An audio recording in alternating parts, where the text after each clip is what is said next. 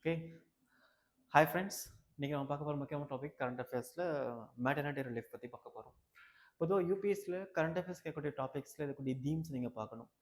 So current அஃபேர்ஸில் என்ன மாதிரி themes வருது பார்த்துட்டு அந்த தீம்ஸ் நம்முடைய சிலபஸோட மேட்ச் ஆகுதா இல்லைன்னு பார்க்கணும். For example, adaptive mothers get equal maternity rights.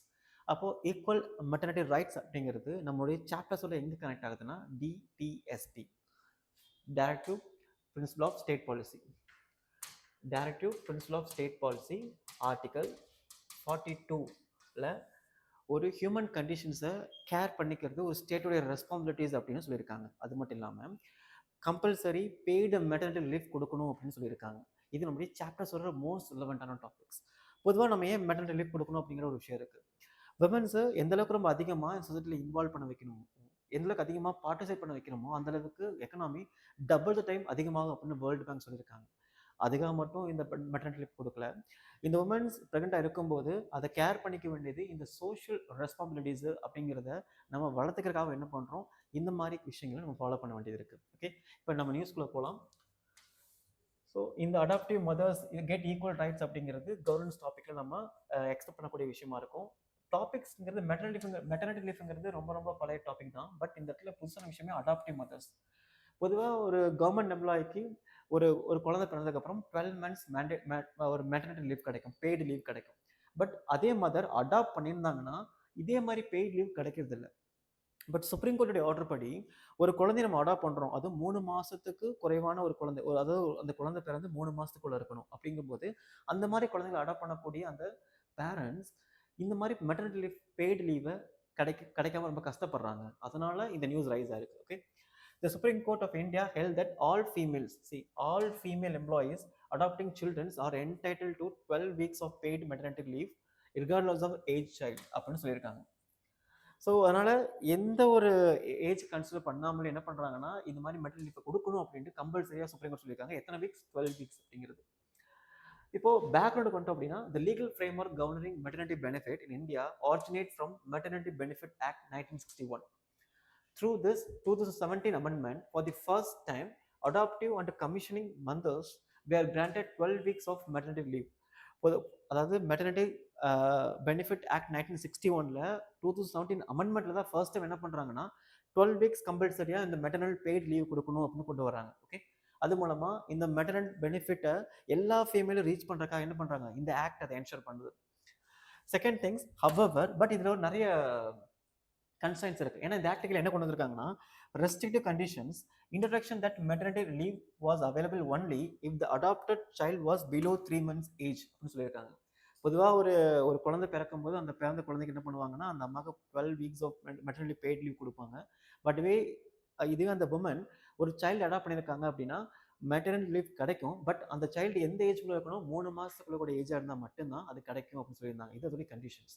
But supreme court என்ன சொல்லியிருக்காங்க, ரெகார்ட்லெஸ் ஆஃப் ஏஜ், இனிமேல் எந்த ஏஜ் ஸ்டூடெண்ட்ஸாக இருந்தாலுமே அந்த ஒரு குழந்தைக்கு கண்டிப்பாக மெட்டர்னிட்டி பெய்ட்லேயே அவங்க அம்மா கொடுக்கணும் அப்படின்னு சுப்ரீம் கோர்ட்டோடைய ஆர்டர் சொல்லியிருக்காங்க. இது ரொம்ப ஒரு வெல்கமிங்கான ஒரு விஷயம்.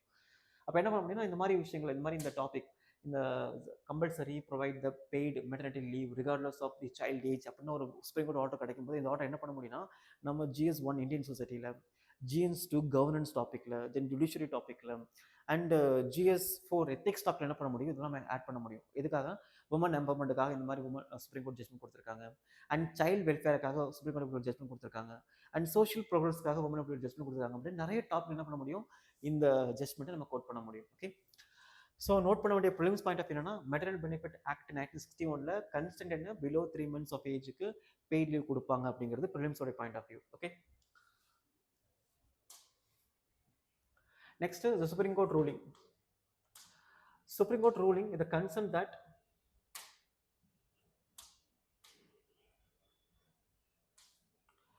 Supreme Court ruling the concern India's adoption process governed by Central Adoption Resource Authority guidelines.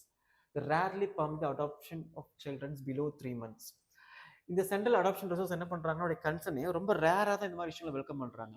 பொதுவாக இந்தியாவில் பல லட்சக்கணக்கான குழந்தைகள் இன்னும் பார்த்தீங்கன்னா ஆதரவற்ற நிலையில் இந்தியா முழுக்க இருக்காங்க.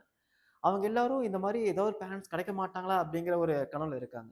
அப்படி இருக்கும்போது இந்தியாவில் ஒரு சைல்டு ரேர் அடாப்ட் பண்ணுறது ரொம்ப ரேரான விஷயம். ஏன்னா இந்தியா ட்ரெடிஷன்ஸ் கல்ச்சர் வைஸ்க்கு இம்பார்ட்டன்ஸ் கொடுக்கறதுனால அவங்க பயாலஜிக்கலாக பெரிய லெவலில் இந்த விஷயம் இம்பார்ட்டன்ஸ் கொடுப்பாங்க. பட் அதெல்லாம் மீறி ஒரு பேரண்ட்ஸ் ஒரு சில்ட்ரன் அடாப்ட் பண்ண வந்தாங்கன்னா அது we have to welcoming that. But அதுக்கு பதிலாக என்ன பண்ணுறாங்கன்னா அதை டிஸ்கரேஜ் பண்ணுற மாதிரி ஓவர் பேப்பர் வேலிடேஷன், ஓவர் அதிகமாக டைம் டிலே பண்ணுறது, ரொம்ப அதிகப்படியான ரெட் டேப்பிசம் சொல்லுவோம். ரெட் டேப்பிசம்னா டிலே பண்ணுறது. ரெட் டேப்பிசம் ஆஃபீஸர்ஸோடைய பேப்பர் ஒர்க்கு காரணம் காட்டி, இல்லை ஏஜ் காரணம் காட்டி, இல்லை உங்கள் பேக்ரவுண்ட் காரணம் காட்டி என்ன பண்ணுவாங்கன்னா இந்த மாதிரி விஷயங்களை டிலே பண்ணுறது. இது ஒரு மிகப்பெரிய ஒரு கன்சர்ன்ஸாக இருக்குது. இது அதுவும் குறிப்பாக இந்த மாதிரி பிலோ 3 month சில்ட்ரன்ஸ் அடாப்ட் பண்ணுறதுல. ஸோ as a result என்னன்னா, the most adoptive mothers we are effectively denied the maternity benefit. இதனால மோஸ்ட் ஆஃப் த விமன்ஸுக்கு இந்த மெட்டர்னிட்டி பெனிஃபிட் லீவ் கிடைக்க மாட்டேங்குது அப்படிங்கிறது ஒரு மிக முக்கியமான கன்சர்ன்ஸ். ரெண்டரிங் த ப்ரொவிஷன்ஸ் லார்ஜ்லி illusory. அதனால இந்த ப்ரொவிஷன்ஸை கொண்டு வந்தது அப்படிங்கிறது ஒரு மிகப்பெரிய ஒரு கொஷின்ஸாக டவுட் ரைஸ் பண்ணது. ஓகே, அப்போ இது எதுக்காக கொண்டு வந்தோம் அப்படின்னா இந்த மெட்டர்னிட்டி லீஃபை நிறைய விமன்ஸ்க்கான பெனிஃபிட்டாக கொண்டு வந்தோம். பட் இந்த மாதிரி டிலேஸ்னாலையும் ரெட் டேபிசம்னாலையும் நிறைய இந்த மாதிரி அன்வெல்கமிங்கான ஒரு ப்ராசஸ்னால என்ன ஆகுது, இந்த உமன்ஸோட மெட்டர்னிட்டி பெனிஃபிட் ரிசீவ் பண்ண முடியாமல் போகுது. Okay, so the court ruled that age-based classification was discriminatory and violated Article 21 and 14 அப்படிங்கிறாங்க. ஸோ நமக்கு நல்லா தெரியும் இந்த டிஸ்கிரிமினேட்டரி அப்படிங்கிறது இந்தியன் கான்ஸ்டியூஷனில் இருக்கக்கூடிய ஒரு முக்கியமான ப்ரொவிஷன்ஸ், குறிப்பாக ஆர்டிகல் 14 அண்ட் ஆர்டிகல் 21. ஸோ 14 ஏன்னா 14 அப்படின்னா ரைட் ஈக்குவாலிட்டி. ஒரு லா இவங்களுக்கு செல்லுபடி ஆகுதுன்னா அந்த லா இவங்கள மாதிரி இருக்கக்கூடிய எல்லாத்துக்குமே செல்லுபடி ஆகும். It's quite common. அந்த இடத்துல நம்ம டிஸ்கிரிமினேட் பண்ணுறதுங்கிறது இஸ் அகேன்ஸ்ட் ஆர்டிகல் 14 அப்படிங்கிறாங்க. நெக்ஸ்ட் 21, இந்த இடத்துல நம்ம ரைட் டு சாய்ஸ் கொண்டு வரலாம், ரைட் டு லைவ்லிஹுட் கொண்டு வரலாம், ரைட் டு பர்சனல் லிபர்ட்டி கொண்டு வரலாம். ஒரு குழந்தைய அவங்க பயாலஜிக்கலாக எடுத்துக்கணுமா இல்லை அடாப்ட் பண்ணி எடுத்துக்கணுமா அப்படிங்கிறது அந்த உமனுடைய சாய்ஸ், அந்த உமனுடைய rights. That is called article 21. அப்போ இந்த மாதிரி ஒரு உமனுடைய சாய்ஸ் அண்ட் லிபர்ட்டியை இந்த மாதிரி ஒரு கன்சர்ன்ஸ்னால டிஸ்டர்ப் ஆகுது அப்படிங்கிறது இஸ் அகேன்ஸ்ட் கான்ஸ்டியூஷன் அப்படிங்கிறாங்க. ஓகே, அதனால சுப்ரீம் கோர்ட் என்ன சொல்லியிருக்காங்கன்னா இந்த மாதிரி டிஸ்கிரிமினேஷன்ஸும் ஆர்டிகல் 21 அண்ட் ஆர்டிகல் 14 வயலேட் பண்ணுற மாதிரி இருக்குது. அதனால் இந்த மாதிரி பண்ணுறது அப்படிங்கிறது இஸ் அகேன்ஸ்ட் கான்ஸ்டியூஷன். அதனால் என்ன பண்ணுங்க, இந்த மாதிரி விஷயங்கள் பண்ணாதீங்க அப்படின்ட்டு நிறைய கவர்மெண்ட் எம்ப்ளாயர்ஸ் ஸ்ட்ரெஸ் பண்ணியிருக்காங்க, சொல்லியிருக்காங்க. எஃபெக்டிவாக அதுக்கான ஸ்டெப்ஸ் எடுக்குன்னு சொல்லியிருக்காங்க. So is emphasising that adoption is equally valid pathway to parenthood. Adoption is equally valid pathway to the parenthood அப்படிங்கிறது வெரி இம்பார்ட்டன்ட் பாயிண்ட். அடாப்ட் பண்ணுறதும் பயாலஜிக்கலாக ஒரு குழந்தையை பற்றிக்கிறதும் ஈக்குவல் அப்படிங்கிறாங்க. And cannot be treated differently from biological child births. ஒரு குழந்தை பயாலஜிக்கலாக பிறந்தால் மட்டும்தான் அது குழந்தைய எடுத்துக்க முடியும், அடாப்டட் சைல்டு தான் குழந்தைய எடுத்துக்க முடியாது, அதனால மெட்டர்னிட்டி ரிலீஃப் அப்படிங்கிறது கிடைக்காதுன்னு சொல்கிறதுலாம் இஸ் அகேன்ஸ்ட் கான்ஸ்டியூஷனல் ரைட்ஸ் அப்படின்னு சுப்ரீம் கோர்ட் சொல்லியிருக்காங்க. அதனால் இந்த மாதிரி விஷயங்களை ஃபாலோ பண்ண சொல்லி சுப்ரீம் கோர்ட் எம்ப்ளாயிஸ் என்ன பண்ணியிருக்காங்கன்னா புஷ் பண்ணியிருக்காங்க. ஸோ அதனால் என்ன பண்ண முடியும், நிறைய விமன்ஸுக்கு அடாப்டட் சைல்ட்ஸ் அக்செப்ட் பண்ணக்கூடிய நிறைய விமன்ஸுக்கும் இந்த மெட்டர்னிட்டி பெய்டு லீவுங்கிறது கண்டிப்பாக கிடைக்கும். ஓகே, கண்டிப்பாக கொடுக்கணும். அது ஒரு social responsibilities, it's not just for legal responsibilities. Okay, நீங்கள் நோட் பண்ண வேண்டிய விஷயம் தான் ஆர்டிகல்ஸ் அண்ட் கமிஷன்ஸோட name and concerns and amendment இந்த ஏஜ் கன்சர்ன்ஸ். ஓகே, இதான் நீங்கள் நோட் பண்ண வேண்டிய முக்கியமான திங்ஸ்.